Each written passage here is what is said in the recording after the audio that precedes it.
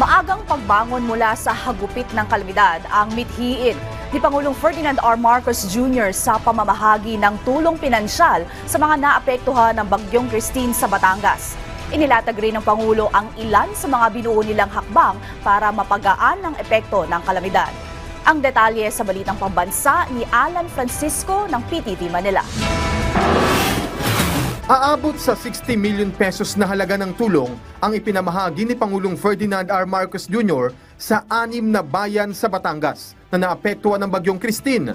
Ito ay ang bayan ng Talisay, Laurel, Agoncillo, Cuenca, Lemery at Balete. Nais ko pong ipaabot ang aming taus-pusong pakikiramay sa bawat Pilipinong naapektuhan ng Bagyong Christine. Itinalaga natin ang araw na ito bilang National Day of Mourning sa ilalim ng Proclamation number 728. Batid namin na hindi madaling maibsan ang sakit na inyong pinagdadaanan. Ngunit umaasa kami na sa suportang handog namin ngayon, kayo ay makapagsimula muli. Mula sa tanggapan ng Pangulo, magkakaloob tayo ng 60 milyong piso na tulong na ipapamahagi ng DSWD para sa munisipalidad ng Batangas, kasama na rito ang mga munisipalidad ng Batangas.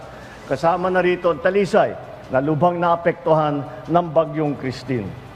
Makakatanggap po ng tigsa 10,000 piso ang mga piling magsasaka at mangingisda na labis na tinamaan ng bagyong ito. Kasabay nito, ang pakikiramay ng Pangulo sa mga pamilyang na biktima ng trahedyang dulot ng bagyo. Naitala sa Batangas ang higit 60 nasawi, bunsod ng landslides at pagkalunod noong kasagsagan ng kalamidad. Ipinag-utos din ni President Marcos sa mga ahensya ng gobyerno ang ibayong pagtutulungan para mabawasan ang epekto ng kalamidad at maiwasan ang mga nasasawi mula sa mga natural disaster.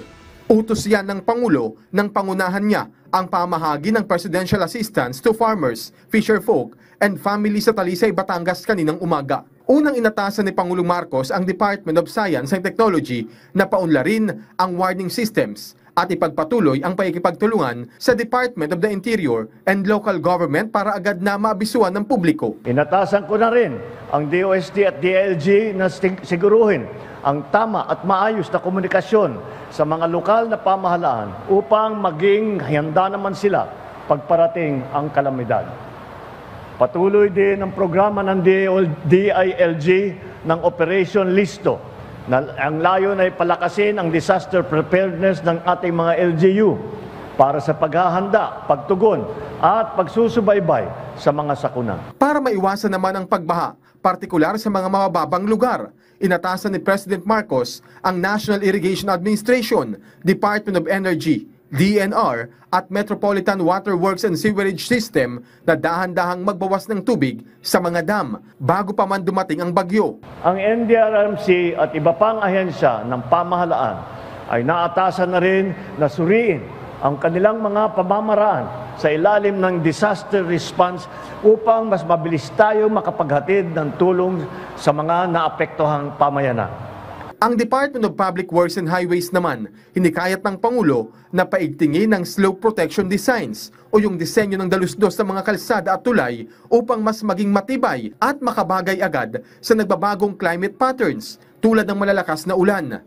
Nakatuon din ang Pangulo para kumpletuhin ang Taal Lake Circumferential Road nang mabawasan ang oras ng biyahe sa pagitan ng mga bayan ng Talisay, Agoncillo at Laurel. May proyekto rin ng gobyerno na pagdugtungin ng mga munisipalidad ng Lobo at San Juan. Kasabay nito, ang atas ng Pangulo sa Department of Trade and Industry na suriing mabuti na magagandang klase ang mga materialis na gagamitin para sa proyektong ito.